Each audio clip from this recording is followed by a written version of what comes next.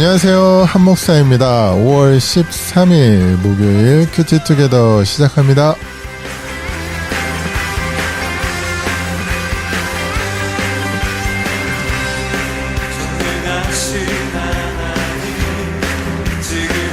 오늘 우리 같이 묵상할 말씀은 본문은 출애굽기 16장 11절에서 20절입니다. 그럼 같이 한번 들어볼게요. 여호와께서 모세에게 말씀하여 이르시되 내가 이스라엘 자손의 원망함을 들었노라. 그들에게 말하여 이르기를 너희가 해질 때에는 고기를 먹고 아침에는 떡으로 배부리니 내가 여호와 너희의 하나님인 줄 알리라 하라. 저녁에는 메추라기가 와서 진에 덮이고 아침에는 이슬이 진 주위에 있더니 그 이슬이 마른 후에 광야 지면에 작고 둥글며 서리같이 가는 것이 있는지라. 이스라엘 자손이 보고 그것이 무엇인지 알지 못하여 서로 이르되 이것이 무엇이냐?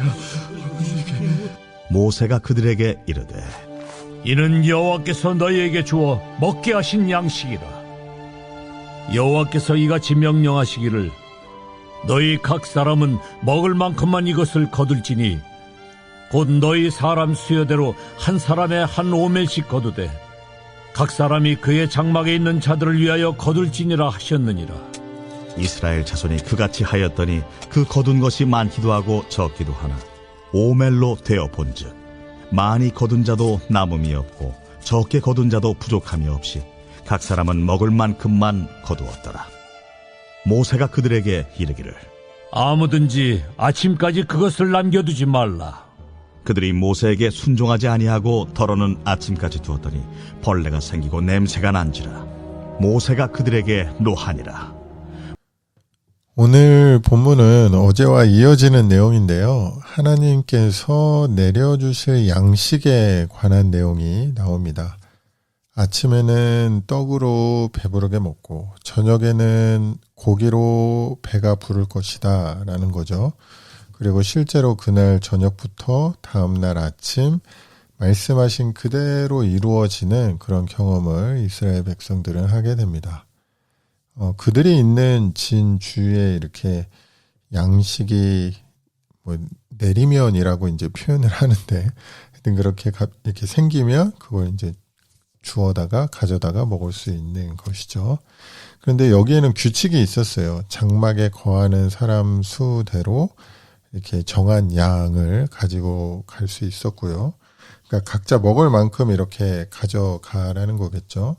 그리고 저녁에 먹을 양식은 다음날 아침까지 남겨두지 말라고 경고를 하셨는데 이제 또 그 중에는 그 말씀에 순종하지 않는 사람들이 있었다. 이런 내용이 나오고 있습니다. 저는 오늘 본문을 읽으면서 일단 모세에게 원망했던 이 이스라엘 백성들에게 화내지 않으시고 그들의 필요를 채워주시는 그 하나님을 일단 묵상해 보게 되는데요. 어제 마지막 절에서 구름 가운데 여호와의 영광이 나타났었다고 이제 그 본문이 딱 끝났었는데 이렇게 나타나셔서 화내시거나 책망하시는 거나 혼내시는 것이 아니라 이들에게 약속하신 대로 메추라기와 만나라는 그 양식을 내려주시는 하나님이시다라는 거를 이제 오늘 말씀을 통해, 오늘 전체 말씀을 통해서 일단 보게 되고요. 만나와 메추라기 이야기를 이제 읽거나 들을 때마다 사실 이게 어떤 그림일지 우리 사실 상상이 안 되잖아요. 200만 명이나 되는 그 사람들이 먹을 양식이 매일 풍족하게 먹을 만큼이 그 자고 일어나면 이렇게 늘 있다는 게, 그죠? 근데 이런 매일같이 일용할 양식을 공급하시는 그 하나님의 놀라운 은혜를 이제 오늘 말씀을 통해서 보게 되는데, 오늘 우리에게도 이렇게 날마다 우리에게 꼭 필요한 것들, 또 필요한 은혜를 채워주시는 그런 동일한 하나님이시겠죠. 이제 이 이스라엘 백성들이 만나와 메추라기를 매일 일용할 양식으로 먹을 수 있었던 것처럼요. 우리의 마음과 믿음이 신실하든지 그렇지 않든지 변함없이 우리의 필요를 채워주시고 또 필요한 은혜를 내려주시는 하나님이시다라는 거를 우리가 일단 기억할 필요가 있다라는 생각이 듭니다.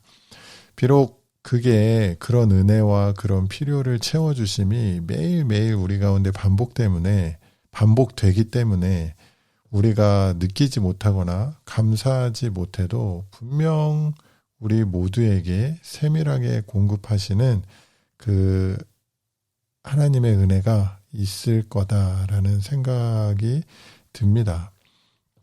그래서 저는 나에게는 어떤 은혜가 있을까를 이제 오늘 말씀을 보면서 한번 돌아보게 되는 것 같고요. 뭐 사실 이렇게 우리가 조금만 생각해 보면 어떤 특별한 채우심의 은혜가 있고 없고를 떠나서 사실 더 이상 우리가 죽음을 향해 달려가지 않아도 되고 죄의 노예로 살아가지 않아도 되고 하나님의 자녀로서 이렇게 하루하루 살아갈 수 있다는 것 자체가 정말 놀라운 은혜인 것 같은데 이제 이게 매일마다 나의 노력 없이 그냥 매일마다 내리는 그런 어떤 만나와 매출하게 익숙해져서 이런 것들이 은혜인지 모르고 살아가고 있는 것은 아닌가라는 걸 이렇게 좀 돌아보게 되는 것 같습니다. 그리고 이렇게 만나와 매출하기를 거두어 가는데 그 규칙이 있었죠. 다음날 아침까지 그것을 남겨두지 말라라는 거였습니다. 특히 밤에 이제 매출하기 고기를 이렇게 거두어 가서 먹고 이제 그것을 다음 날을 위해서 남겨두지 말라는 거죠. 왜 이런 규칙을 하나님께서 말씀하신 걸까? 조금만 생각해보면 우리가 어렵지 않게 그 답을 찾을 수 있을 것 같아요.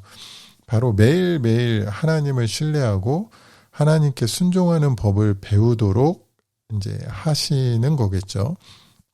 내일도 변함없이 일용할 양식을 주실 하나님을 신뢰하고 믿어라라는 그런 말씀인 거겠죠. 사실 초반에 이스라엘 백성들이 이런 생각하지 않았을까요? 내일도 진짜 아침에 나가면 만나가 있을까? 내일 저녁에 매출하기가 없으면 어떡하지? 그러면서 혹시 모르니까 오늘 밤에 조금 아껴서 먹고 남은 건 내일 먹자. 아마 제가 이 당시에 이스라엘 무리 안에 있었으면 아마 저는 100% 그거 남겨서 내일 먹자라고 그런 의심을 했을 것 같다는 생각도 드는데요. 이렇게 남겨둔 음식이 이제 자고 일어나서 보면 벌레가 생기고 냄새가 나서 먹을 수 없게 그렇게 되었는데 하나님께서 매일같이 일용할 양식을 주시겠다라고 하신 그 말씀을 믿지 못해서 신뢰하지 못한 이제 결과가 이제 이렇게 나타나는 거겠죠. 우리는 신앙생활을 하다 보면 불순종이라고 이제 하면 우리 생각에는 마치 베드로 정도 이렇게 돼서 예수님을 대놓고 부인하는 정도는 돼야 이제 불순종한 거지라고 혹시 생각할지 모르겠지만 사실 이 불순종은요 하나님 말씀을 가볍게 여기는 것에서 출발한다라는 걸 여러분이 잊지 않기를 바라고요. 그리고 오늘을 살아가는 우리에게도 마찬가지로 이 순종을 요구하시는 하나님의 이 원리는 동일하다라고 생각을 합니다. 그렇게 하나님께서 당신의 자녀들의 삶을 책임지시고 선하게 인도하시고 함께 하심으로 지키시고 보호하시겠다는 그 약속을 우리가 믿고 또 신뢰하고 붙들고 오늘도 우리에게 주어진 그 믿음의 길을 잘 걸어가야 되겠다라는 다짐을 저는 해보게 되는 것 같습니다. 그럼 묵상의 말씀 가지고 한번 기도하겠습니다. 하나님 아버지, 오늘도 우리의 필요를 채우시고 또 필요한 은혜로 채워주실 줄로 믿고 감사드립니다. 그렇게 우리를 돌보시고 인도하시는 그 하나님을 우리가 온전히 믿고 의지하는 오늘 하루가 되게 하여 주시고 걱정보다는 평안히 오늘 우리에게 주어진 그 삶의 자리에서 그 믿음의 길을 걸어가는 저희 모두 될 수 있도록 인도해 주시옵소서. 예수님 이름으로 기도합니다. 아멘. 아버지 날 붙들어 주소서. 주 품 안에 쉬게 하소서.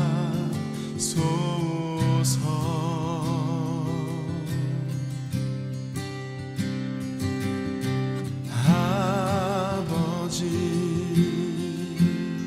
나 깨닫게 하소서. 주 언제나 나를 돌보심을.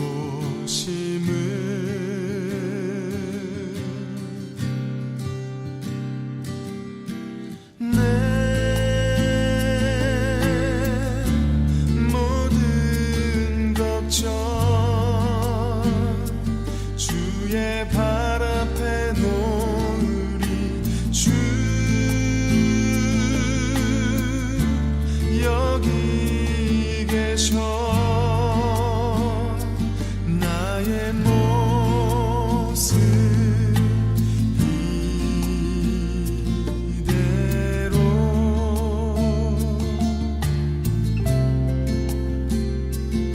나를